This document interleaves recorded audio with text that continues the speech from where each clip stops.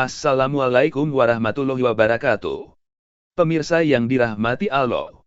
Marilah kita panjatkan puji syukur yang sedalam-dalamnya kepada kehadirat Allah Subhanahu wa Ta'ala, yang telah memberikan rahmat, taufik, dan hidayahnya juga kesehatan dan selawat serta salam. Marilah kita panjatkan kehadirat Nabi junjungan kita Nabi Muhammad Sallallahu Alaihi Wasallam. Semoga kita semua dapat mendapatkan syafaatnya di yaumil akhir kelak. Amin. Tangisan pembaca Al-Quran. Sesungguhnya, Allah yang Maha Rahman telah memuji yang beriman dengan sebuah pujian yang sangat mulia. Apabila dibacakan ayat-ayat Allah yang Maha Pemurah kepada mereka, maka mereka menyungkur sujud dan menangis. Quraisy. Maryam, 58. Saudaraku, air mata kerap tertumpah menandai duka. Air mata juga terlinang saat hati terlampau gembira dan riang. Air mata menjadi isyarat ada yang bergelegak di dalam jiwa, entah derita atau bahagia. Air mata dengan demikian memaknakan sebuah petunjuk kejujuran hati dan psikologis di dalam diri seseorang. Dan karenanya air mata tidak boleh jatuh karena hanya kepura-puraan atau bahkan kesia-siaan. Air mata buaya orang menyebutnya. Dalam hidup ini duka dan bahagia seperti pelangi menghiasi hari-hari kita. Tangisan hadir seperti hujan yang datang setiap musimnya saat kita di depan mayat orang terkasih, kita menangis. Saat kita menyaksikan luka derita sahabat kita yang sekarat di rumah sakit, kita menangis. Bahkan saat kita disuguhkan kisah-kisah memilukan, mata kita basah menangisinya. Mayat orang tua, tubuh terkapar sang sahabat dan cerita pilu ibarat sebuah buku yang kita baca perlahan dan hikmat. Kita dalami dan hayati. Pesannya merembes ke seluruh urat kesadaran, mengirim bulir tangisan di sudut mata, membuhulkan tekad untuk tindakan baru yang akan dicanangkan. Tafsiran kita atas mayat, tubuh terkapar dan cerita pilu tidak saja berhenti di mata lahir tapi menembus mata hati. Mengoyak kesadaran batin dan melahirkan amaliah baru sebagai bentuk respon tindakan buah hikmah dari bacaan. Dan yang mengagumkan, di tengah bacaan-bacaan itu kita akhirnya tercenung, sadar menemukan diri kita yang putih, menyadari keberadaan diri dan jika mungkin melihat secercah kilat, tanda Allah, ayat Allah, terekam di dalamnya. Semesta ini adalah sebuah kitab, sebuah ayat kauniyah yang jikalau kita baca seperti perintah Iqra, di awal wahyu tidak saja mengirim tetes air mata di sudut mata, tapi menjanjikan sejuta hikmah bagi kesadaran diri dan kearifan untuk mengenainya, yang sungguh tidak bisa tidak kelak, akhirnya melahirkan ketentraman dan kebahagiaan sejati. Al-Quran Al-Karim, bacaan mulia demikian terjemahannya. Ia dikirimkan Allah yang Maha Pengasih sebagai bacaan dalam hidup kita. Ia kalam ilahi bagi setiap diri bukan milik pribadi Pak Ustadz dan Kiai. Ia hadir untuk membuka mata batin yang buta sekian lama karena tumpukan dosa nista dengan linangan air mata takwa. Jika gunung tersungkur ringkih sekiranya Al-Quran diturunkan padanya, bagaimana dengan kita? Kalau sekiranya kami menurunkan Al-Quran ini kepada sebuah gunung, pasti kamu akan melihatnya tunduk terpecah belah disebabkan takut kepada Allah. Dan perumpamaan-perumpamaan itu kami buat untuk manusia supaya mereka berpikir. Quraisy. Al-Hasyr 21. Mari kita mulai mengacap pada pribadi-pribadi jujur lagi mulia saat berinteraksi dengan Al-Quran, bacaan sehari-hari mereka. Imam Bukhari dan Muslim meriwayatkan kisah ini untuk kita. Rasulullah Shallallahu Alaihi Wasallam berkata kepada Ibnu Mas'ud, bacakan kepadaku Al-Quran. Kata Ibnu Mas'ud, ya Rasulullah, aku bacakan Al-Quran kepadamu sedang Al-Quran itu turun kepadamu. Rasulullah berkata, memang benar Al-Quran turun kepadaku. Tapi aku ingin mendengarkan Al-Quran dibacakan oleh orang selainku. Mulailah aku membaca surat An-Nisa. Aku bacakan surat An-Nisa itu ke hadapannya. Ketika aku sampai pada ayat, bagaimana kalau kami datangkan seorang saksi dari satu umat, dan kami pun akan mendatangkan kamu sebagai saksi atas mereka, Quraisy. An-Nisa 41. Belum sampai ayat itu, Kata Ibnu Mas'ud, aku angkat kepalaku mungkin karena ada orang mencubit aku di sampingku, lalu aku mengangkat kepalaku, aku lihat air mata Nabi berlinang-linang. Lalu menangislah Nabi sampai bergemuruh dadanya karena tangisannya sambil beliau bergumam, "Duhai Tuhanku, aku bersaksi, aku akan jadi saksi dari sahabat-sahabatku yang sezaman dengan aku. Bagaimana aku bisa bersaksi dengan mereka yang tidak sezaman dengan aku?" Dalam Sahih Ibn Huzaimah, sahabat Ali menceritakan bagaimana Rasulullah tenggelam dalam penghayatan terhadap Al-Quran di hari Badar, Yaum Ba. Ali mengisahkan bahwa tidak terlihat seorang pun tegak berdiri di bawah pohon, sholat dan menangis hingga subuh selain Rasulullah. Bagi diri Rasulullah tak ada bedak baik Al-Quran dibaca oleh beliau atau dibacakan untuk beliau. Ia mengguncang Rasulullah melinangkan air matanya yang suci. Sahabat-sahabat Rasul dan para ulama salaf telah mewarisi adab berinteraksi dengan Al-Quran. Aisyah putri Abu Bakar mengisahkan sikap ayahnya sebagaimana yang dilaporkan Imam Muslim dalam Sahihnya. Sesungguhnya ayahku adalah orang yang lemah, lembut, apabila ia membaca Al-Quran, beliau tidak mampu mengontrol air matanya, demikian kisah Aisyah. Ingatan kita juga mungkin masih hangat tentang siapa Umar ibnul Khattab sebelum memeluk Islam.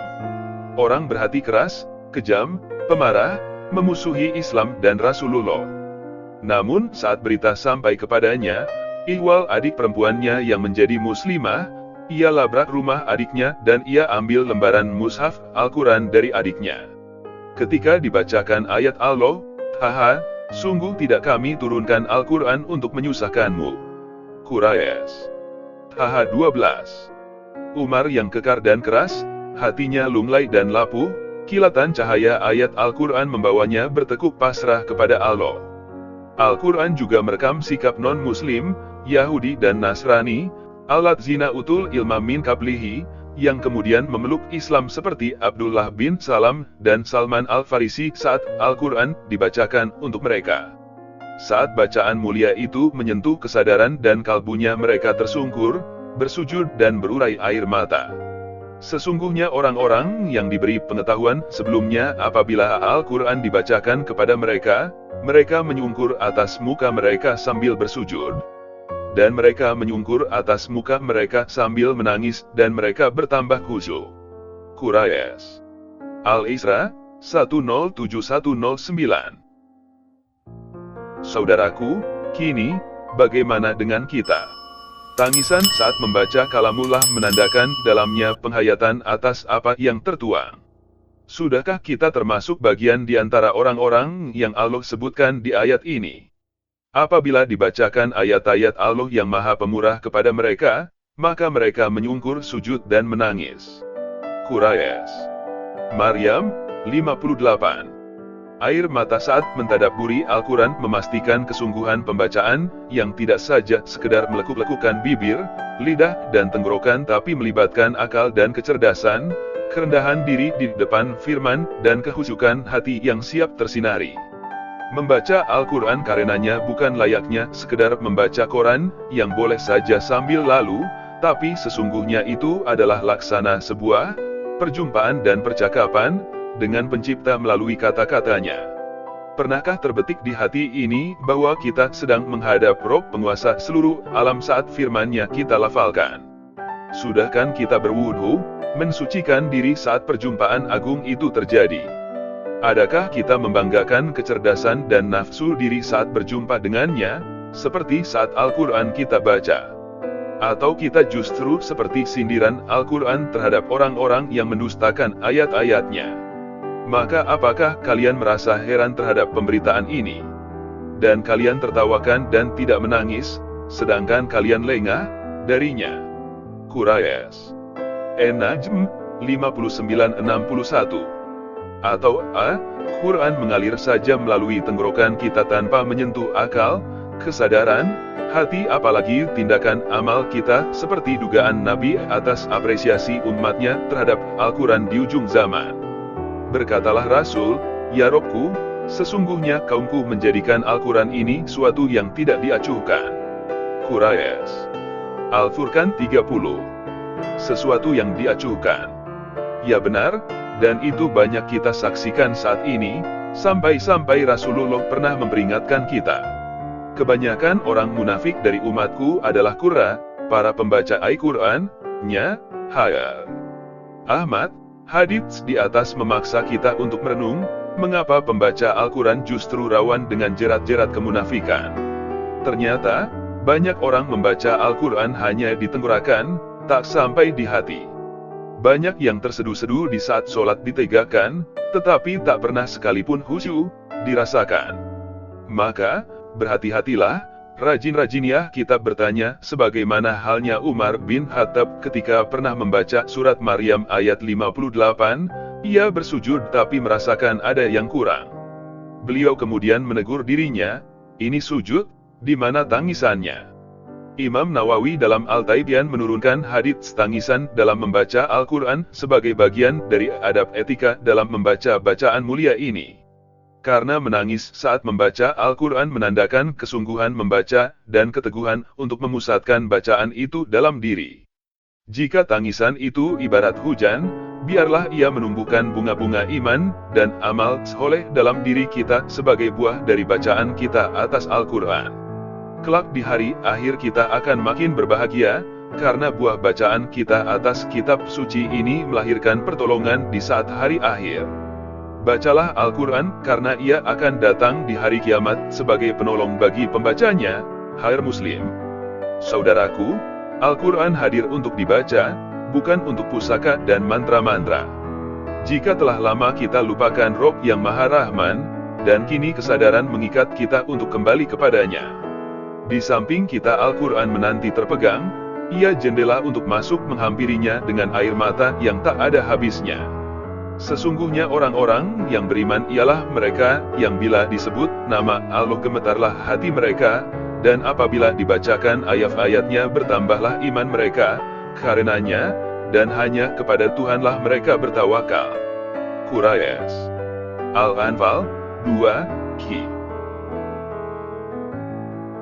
Hari itu kegemparan terjadi di kota Mekah, sejumlah pemuka Quraisy berkumpul di Darun Nadwah, tempat musyawarah. Salah seorang yang terkenal dengan panggilan Abu Abdijam, hamba matahari, yang dituakan membuka pembicaraan dengan nada meninggi. Ayyuhal Quraisy, katanya, sesungguhnya pekan raya ini telah tiba. Utusan-utusan bangsa Arab akan datang kepada kalian, dan mereka telah mendengar tentang urusan kawan kalian itu Muhammad. Karena itu, satukanlah pendapat kalian. Jangan sampai kalian berbeda pendapat lantas sebagian mendustakan sebagian yang lain, yang satu menyangkal yang lain. Setelah hiruk-pikuk sejenak, seseorang bicara, lantas, bagaimana dengan pendapatmu sendiri wahai ayah, Abdu Syams? Katakanlah satu pendapat untuk kami, sehingga kami akan satu suara mengikutinya, sambil melangkah pendek dan mengibaskan jubahnya dengan elegan. Al-Walid menjawab, tidak. Tidak. Kalian saja yang berpendapat, aku akan mendengarkan. Kita katakan saja bahwa dia itu tukang tenung. Tidak, demi Allah, jawab Walid, dia bukan tukang tenung. Kita sudah mengenal para tukang tenung, tetapi apa yang dikatakan Muhammad bukanlah suara tukang tenung, dan bukan pula mantranya. Kalau begitu, katakan saja bahwa Muhammad telah gila. Tidak, demi Allah tidak. Dia tidak gila. Kita sudah tahu bagaimana pertingkah orang gila, dan betapa Muhammad yang kita kenal tidak seperti itu. Dia tidak dicekik syaitan, tidak dikacaukan dan tidak dibisikannya. Katakan saja bahwa dia adalah penyair. Dia bukan penyair. Kita sudah mengenal syair, baik rajaz maupun hajaznya, bacaannya, yang dipanjangkan maupun dipendekkan. Karena itu, apa yang dikatakannya bukanlah syair. Katakan saja bahwa dia adalah tukang sihir. Tidak. Dia bukan tukang sihir. Kita sudah mengetahui tukang sihir dan sihir-sihir mereka. Apa yang dikatakannya itu bukan tiupan dan buhulan tukang sihir. Mereka, dalam kebingungannya berkata, kalau demikian, apa yang seharusnya kita katakan tentang Muhammad wahai Abu Abdi Syams? Demi Allah, sungguh kata-katanya itu manis, kuat batangnya, banyak dahan, cabang, dan ranting-ranting, serta buahnya yang ranum. Tidak ada satu kalimat pun yang kalian katakan tentang Al-Quran, melainkan pasti akan terlihat bahwa perkataan kalian itu batil. Oleh itulah, tampaknya yang paling mendekati adalah jika kita katakan bahwa dia mempelajari sihir yang memisahkan seseorang dari ayahnya, saudaranya, istrinya, dan keluarganya, hingga jadilah mereka tercerai-berai. Saudaraku, itulah kegemparan para pemuka Quraisy menyikapi Al-Quran yang turun kepada Nabi Muhammad yang mulia dan telah menawan ratusan hati manusia untuk tunduk dan memenuhi seruan Allah saat itu. Lalu, tahukah Anda siapa tokoh Quraisy yang mendapat panggilan Abu Abdi Syam itu? Dialah Walid ibnu Al-Mughirah, sesepuh para pemuka Quraisy yang paling dihormati. Dia juga orang yang pernah secara langsung memuji Al-Quran di hadapan Nabi Muhammad, namun sayangnya, hawa nafsunya menyeret dia ke jurang kesombongan dan pendustaan atas Al-Quran. Rupanya, di hari kemudian, banyak wajah-wajah keterkejutan lainnya, seperti halnya Walid bin Mughirah kita dapati di zaman ini. Dengan lebih moderat mereka mengatakan Al-Quran dengan apa adanya, walaupun mereka tetap menolaknya sebagai petunjuk hidup mereka. Dan pada kenyataannya, tak ada buku atau kitab di dunia ini yang dibaca dan dihafal oleh jutaan manusia setiap detik melebihi Al-Quran. Di dunia ini ada jutaan masjid dan ma'had, pesantren. Hitung saja di Indonesia. Siswanya jutaan anak. Siang malam mereka membaca dan menghafal Al-Quran. Dengan bahasa dan susunan kata yang sangat ajaib, Al-Quran begitu mudahnya dihafal bukan hanya sekedar pengakuan. Berbeda halnya dengan kitab agama lain. Di salah satu situs Islam, ada yang sampai membuat sayembara begini, barang siapa yang mampu menghafal kitab Injil dengan lengkap, maka akan diberi hadiah ratusan juta. Hasilnya, belum ada satu pun daftar pemenang yang terpampang setelah menahun lamanya. Subhanallah. Sekarang kalau mau menghitung para penghafal Al-Quran, jangan tanya. Anak-anak kecil seumuran 9 tahunan di Saudi saja misalnya, sudah banyak yang menghafal Al-Quran. Bagaimana lagi dengan jumlahnya di seluruh belahan bumi ini? Adakah ini pelajaran bagi orang-orang yang berpikir? Demikian video tentang tangisan pembaca Al-Quran. Semoga bermanfaat bagi kita semua. Wabillahi taufik wal hidayah. Wassalamualaikum warahmatullahi wabarakatuh. Jangan lupa subscribe, semoga dapat pahala dan masuk surga. Amin.